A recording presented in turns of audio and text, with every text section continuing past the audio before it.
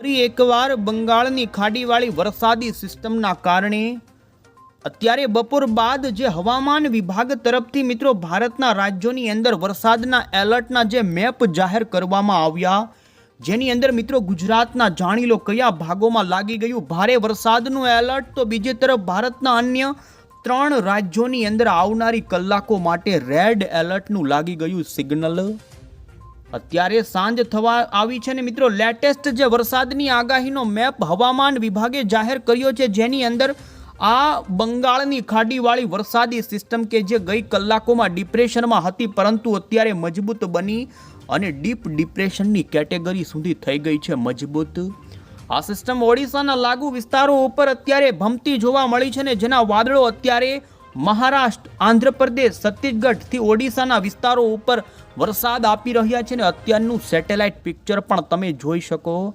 આ સિસ્ટમના વાદળોનું ઝુંડ અત્યારે આ સિસ્ટમના કેન્દ્રથી પશ્ચિમી દક્ષિણીય ભાગો ઉપર સક્રિય જોવા મળી રહ્યું છે ને જેના કારણે હવામાન વિભાગે આ ભાગોમાં આવનારી કલાકોમાં અત્યંત ભારે વરસાદની સાથે જાણીશું કે કયા ભાગોમાં મિત્રો આ સિસ્ટમ અત્યારે વાવાઝોડાની અંદર પરિવર્તિત થવા માટે માત્ર એક સ્ટેપ બાકી છે ને જેના કારણે કાંઠાના અમુક ભાગોની અંદર તો ભારે પવન ફૂંકાવાની આગાહી. આવનારી 12 થી 24 કલાકની અંદર તો મિત્રો ગુજરાતના પણ જાણી લો કે કયા ભાગોની અંદર આ સિસ્ટમના ભેજ પહોંચી જશે ને ગુજરાત રાજ્યની અંદર મિત્રો આજ રાત્રિથી જાણી લો કે કયા ભાગોની અંદર શરૂ થશે વરસાદનો નવો રાઉન્ડ ને જેની અંદર જેમ જેમ મિત્રો 10મી સપ્ટેમ્બર, 11મી સપ્ટેમ્બર અને 12 તારીખ સુધી ગુજરાતના અમુક ભાગોની અંદર તો ભારે, અમુક ભાગોમાં અતિ ભારે વરસાદના જોવા મળી રહ્યા છે એંધાણ.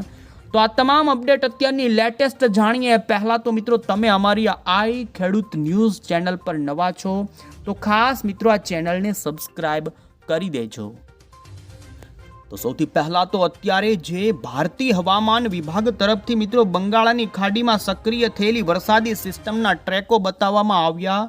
ઓડિશાના કાંઠાના બંગાળના ખાડીના વિસ્તારો ઉપર મિત્રો સાયક્લોનિક સર્ક્યુલેશન ધીમે ધીમે મજબૂત બની અને જે લો પ્રેશરમાંથી પણ અત્યારે વેલ માર્ક લો પ્રેશરથી ડિપ્રેશનમાંથી ડીપ ડિપ્રેશનની કેટેગરી સુધી મજબૂત થઈ ગયું છે. ખાડીમાંથી આ સિસ્ટમ મિત્રો અત્યારે ઓડિશાના ભૂભાગો ઉપર આવી ચૂકી છે ને ઓડિશાના મધ્ય ભાગો ઉપર અત્યારે તેનું કેન્દ્ર જોવા મળી રહ્યું છે. અત્યારે જે ઇન્ડિયન મોન્સૂન ડિપાર્ટમેન્ટ તરફથી આ સિસ્ટમનો આવનારી કલાકો માટે ટ્રેક બતાવવામાં આવી રહ્યો છે, જેમાં તમે જોઈ શકો કે ઓડિશાના ભાગો પરથી આગળ વધતી પશ્ચિમી ઉત્તરીય દિશા તરફ આગળ વધશે અને છત્તીસગઢના ભાગો ઉપર પણ આવશે. છત્તીસગઢના ભાગો પરથી મધ્યપ્રદેશ સુધી પહોંચે અને એવામાં તો મિત્રો આજ રાત્રિ અથવા તો આવતીકાલની અંદર આ સિસ્ટમના સર્ક્યુલેશનના વાદળો ગુજરાતના વાતાવરણમાં પણ ભેજ લાવશે અને ગુજરાત રાજ્યની અંદર આજ રાત્રિથી જ મધ્ય પૂર્વ ગુજરાત સહિત દક્ષિણી ગુજરાતના ભાગોની અંદર આ સિસ્ટમની અસર શરૂ થઈ જશે ને મિત્રો તમે જોઈ શકો કે આ સિસ્ટમ આવનારી કલાકોમાં મધ્યપ્રદેશના પૂર્વ મધ્યપ્રદેશના ભાગો સુધી આવે ને ત્યારબાદ આ સિસ્ટમ ઉત્તરીય રાજસ્થાન અને દિલ્હીના ભાગો તરફ ખસેડાય તેવું અત્યારે જોવા મળી રહ્યું છે.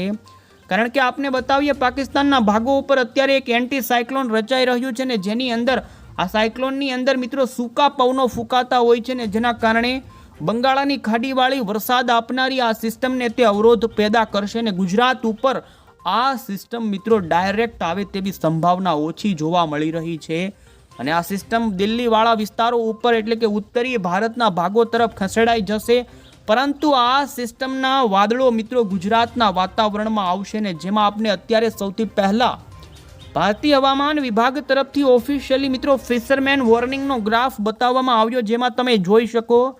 કે બંગાળની ખાડીના ભાગોની અંદર જે અત્યારે વાદળી કલરનો રંગ બતાવવામાં આવ્યો છે એટલે કે દરિયાના ભાગોમાં અમુક વિસ્તારોની અંદર તો 55થી લઈને 65 કિલોમીટર પ્રતિ કલાકના તોફાની પવનો ફૂંકાવાની આગાહી હવામાન વિભાગે કરી. તો બીજી તરફ 55 કિલોમીટર પ્રતિ કલાકના જે સરેરાશ પવનો ફૂંકાય અને અમુક ભાગોની અંદર તો ગસ્ટિંગ વેવ એટલે કે મિત્રો જોટાના પવનો 75 કિલોમીટર કલાકે પણ ફૂંકાય તેવી સંભાવના. અને જેને જોતા માછીમારોને મિત્રો ઓડિશા, આંધ્રપ્રદેશ, છત્તીસગઢના કાંઠાના વિસ્તારોની અંદર અત્યારે દરિયો ન ખેડવાની સૂચના અને વોર્નિંગ ગ્રાફમાં બતાવવામાં આવી છે ને આવતીકાલે પણ તમે જોઈ શકો કે 10મી સપ્ટેમ્બરથી લઈ બંગાળની ખાડીના કાંઠાના વિસ્તારોમાં જે ઘાટા ગ્રે કલરનો રંગ બતાવવામાં આવ્યો. એ વિસ્તારોની અંદર 45 થી 55 ને જોટાના 65 કિલોમીટરના પવનો ફૂંકાઈ શકે છે. આમ મિત્રો આ ડિપ્રેશનની અસર ઓડિશા, છત્તીસગઢ, આ સાથે જ આંધ્રપ્રદેશ અને મધ્યપ્રદેશના ભાગો ઉપર ભારે જોવા મળી શકે, કારણ કે આ સિસ્ટમ અત્યારે વાવાઝોડાની કેટેગરીમાં એક સ્ટેપ બાકી તેવું ડીપ ડિપ્રેશન્સ બનેલું છે ને મિત્રો. હવે પછી આપને જણાવી દઈએ તો અત્યારે જે હવામાન વિભાગે જાહેર કરેલા મેપની અંદર કયા ભાગોની અંદર મિત્રો રેડ, ઓરેન્જ અને યલો એલર્ટના સિગ્નલો હવામાન વિભાગે જાહેર કરી દીધા છે. પછીનો એટલે કે આવનારી મોડી સાંજ અને રાત્રિના સમયગાળા માટેનો જે એલર્ટનો મેપ ભારતના તમામ રાજ્યોનો દર્શાવવામાં આવ્યો, જેમાં મિત્રો તમે જોઈ શકો છો કે ડિપ્રેશનની અસરના કારણે ઓડિશા રાજ્ય હોય, છત્તીસગઢ અને મહારાષ્ટ્ર લાગુના વિદર્ભના વિસ્તારોની અંદર આવનારી સાંજ અને રાત્રિના સમયગાળા માટે મિત્રો અત્યંત ભારે વરસાદનું રેડ એલર્ટ જાહેર કરી દેવામાં આવ્યું છે. એટલે કે આ સિસ્ટમ ભારે મજબૂત અત્યારે તીવ્ર જોવા મળી રહી છે. તો બીજી તરફ આપણા ગુજરાતની અંદર પણ મિત્રો આવનારી કલાકો માટે, એમાં પણ આજ રાત્રિથી લઈ આવતીકાલની સવાર સુધીની અંદર આ ડિપ્રેશનવાળી વરસાદી સિસ્ટમના ભેજ અત્યારે દક્ષિણી ગુજરાત સહિત મધ્ય પૂર્વ ગુજરાતના ભાગોમાં પહોંચે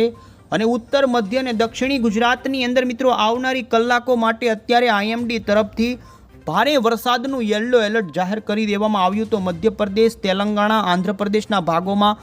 અતિ ભારે વરસાદના ઓરેન્જ એલર્ટો મિત્રો આવનારી કલાકો માટે આજે જાહેર કરવામાં આવ્યા. તો આ સાથે જ મિત્રો 10 તારીખનો પણ તમે મેપ જોઈ શકો, જેમાં આપણા ગુજરાતના ઉત્તર, મધ્ય અને દક્ષિણી ગુજરાતના ભાગોમાં યલો એલર્ટની ચેતવણી આપવામાં આવી છે. તો આવતીકાલે પૂર્વ મધ્યપ્રદેશના ભાગો ઉપર અત્યંત ભારે વરસાદનું રેડ એલર્ટ, બાકીના ભાગોમાં ઓરેન્જ અતિ ભારે વરસાદ, વિદર્ભ, ઓડિશા, આ સાથે જ ઉત્તર પ્રદેશની અંદર પણ અતિ ભારે વરસાદ આ સિસ્ટમના કારણે જોવા મળે. તો 11 તારીખે પણ મિત્રો ગુજરાતના એ જ ઉત્તર, મધ્ય અને દક્ષિણી ગુજરાતના ભાગોની અંદર આ વરસાદી સિસ્ટમના કારણે મિત્રો ભારે વરસાદના યલો એલર્ટ રહેશે. અને આપને જણાવી દઈએ તો આ સિસ્ટમ મધ્યપ્રદેશ ઉપરથી દિલ્હી લાગુના વિસ્તારો ઉપર ચાલી જશે. ડાયરેક્ટ ગુજરાત ઉપર નહીં આવે, પરંતુ ગુજરાત રિજનના વિસ્તારોની અંદર મિત્રો અમુક ભાગોમાં આ 3 દિવસની અંદર 4 થી 5 ઇંચ સુધીના વરસાદો આ સિસ્ટમ આપી શકે. ને મધ્યપ્રદેશ, રાજસ્થાનના ભાગો, આ સાથે દિલ્હી, ઉત્તર પ્રદેશના ભાગોની અંદર પણ તમે જોઈ શકો છો કે 11 તારીખના દિવસે અતિ ભારે વરસાદના ઓરેન્જ એલર્ટો હવામાન વિભાગે જાહેર કર્યા છે. હવે પછી તમે જોઈ શકો છો કે અત્યારે આ સિસ્ટમનું સાયક્લોનિક સર્ક્યુલેશન્સ ઓડિશા લાગુના વિસ્તારો ઉપર સક્રિય હોવાને લઈને આગામી કલાકોમાં આ સિસ્ટમ આગળ વધતી છત્તીસગઢના ભાગો પરથી મધ્યપ્રદેશના પૂર્વી મધ્યપ્રદેશના ભાગો સુધી આવશે. અને આ સાથે જ જોઈ શકો છો મિત્રો તો ગુજરાત રાજ્યની અંદર આજ સાંજથી જ અમુક ભાગોની અંદર આ સિસ્ટમના વાદળોના કારણે વરસાદની ગતિવિધિ વધે. તો બીજી તરફ આજ રાત્રિથી લઈને 24 કલાક બાદ તો ગુજરાતના ઘણા ભાગોની અંદર આ સિસ્ટમના કારણે ભારે વરસાદની ગતિવિધિ પણ જોવા મળી શકે છે. ને જેમાં તમે જોઈ શકો તો મિત્રો આજ મોડી સાંજ દરમિયાન પૂર્વી ગુજરાતના ભાગો, જેમાં દાહોદ, પંચમહાલ, છોટાઉદેપુર, મધ્ય ગુજરાતના વડોદરાથી લઈ નર્મદા, તો દક્ષિણી ગુજરાતના પણ ડાંગ, તાપી લાગુના વિસ્તારોની અંદર હળવા મધ્યમથી ભારે વરસાદની શરૂઆત થઈ જાય. ને સૌરાષ્ટ્રની અંદર પણ મિત્રો આજ રાત્રિથી હળવા ભારે ઝાપટાથી લઈ કાલે તો અમુક ભાગોની અંદર હળવા મધ્યમ વરસાદની પણ શરૂઆત થઈ જાય. ગુજરાત રાજ્યની અંદર તમે જોઈ શકો 10 સપ્ટેમ્બરના બપોર બાદ ઘણા ભાગોની અંદર અતિ ભારે વરસાદના એંધાણ જોવા મળી રહ્યા છે. ને જેમાં જોઈ શકો છો મિત્રો કે આવતીકાલ સાબરકાંઠા, મહીસાગર, અરવલ્લી, ગોધરા, દાહોદ, પંચમહાલ, છોટાઉદેપુર આટલા વિસ્તારોની અંદર તો અતિ ભારે વરસાદની શરૂઆત સાથે જ અમુક ભાગોની અંદર મિત્રો આ સિસ્ટમના વાદળોનું સર્ક્યુલેશન જો વધુ લંબાય તો અતિ ભારેના 4 થી 5 ઇંચ સુધીના વરસાદો પણ ખાબકી શકે છે. આ સાથે જ જોઈ શકો 11મી તારીખના દિવસે રાત્રિથી લઈ વહેલી સવાર દરમિયાન મધ્ય ગુજરાતના વડોદરા, ભરૂચ, આ સાથે જ મિત્રો પંચમહાલ, છોટાઉદેપુર લાગુના નર્મદા, રાજપીપળા, ડેડિયાપાડાના વિસ્તારોની અંદર આ સિસ્ટમનું ભારે જોર જોવા મળી રહ્યું છે. અને મિત્રો એ પંથકોની અંદર